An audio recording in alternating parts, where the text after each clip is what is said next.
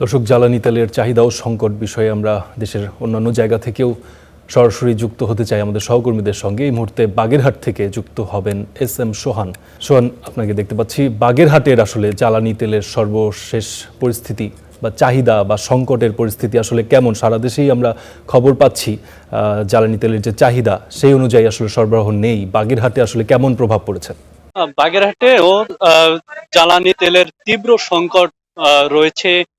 সকাল থেকে গভীর রাত পর্যন্ত পাম্পগুলোতে মোটর বাইক চালক এবং যানবাহন চালকদের কিন্তু উপচে পড়া ভিড় থাকে। এই মুহূর্তে আমি যে পাম্পটিতে রয়েছি, এখানে আপনি দেখতে পাচ্ছেন যে যানবাহনের দীর্ঘ সারি, বিশেষ করে মোটরসাইকেল চালকদের যে দীর্ঘ লাইন রয়েছে। তারা কিন্তু এখন এই মুহূর্তে কিছু তেল পাচ্ছে।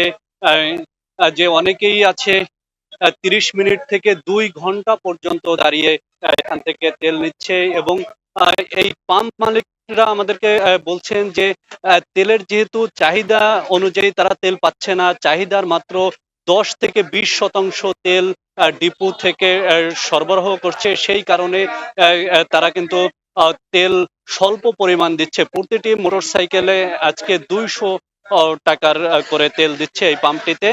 এবং সকাল থেকে প্রায় ১,০০০ মোটরসাইকেল এখান থেকে তেল সংগ্রহ করেছে।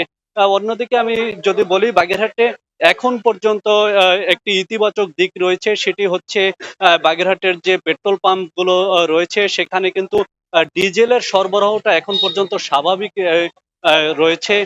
বাগেরহাটে বিপুল পরিমাণ ফসলের চাষ হয় এবং গণপরিবহন রয়েছে। তাদেরকে কিন্তু তেল দেওয়া হচ্ছে বলে পাম্প মালিকরা আমাদেরকে জানিয়েছেন। ডিজেলের সরবরাহ যদি এরকম পেট্রোল এবং অক্টেনের মতো সংকটে পড়ে, তাহলে বাগেরহাটবাসী কিন্তু আরো বেশি বিপদে পড়ে যাবে এবং বাগেরহাটের যে ধান উৎপাদন, সেই ধান উৎপাদনেও নেতিবাচক প্রভাব ফেলতে পারে বলে আমাদেরকে জানিয়েছেন কৃষকরা। বাগেরহাটের খানজাহান আলী, বাগেরহাটের বরকত ফিলিং স্টেশন থেকে এই ছিল আমার কাছে তেল সংকটের সর্বশেষ সংবাদ।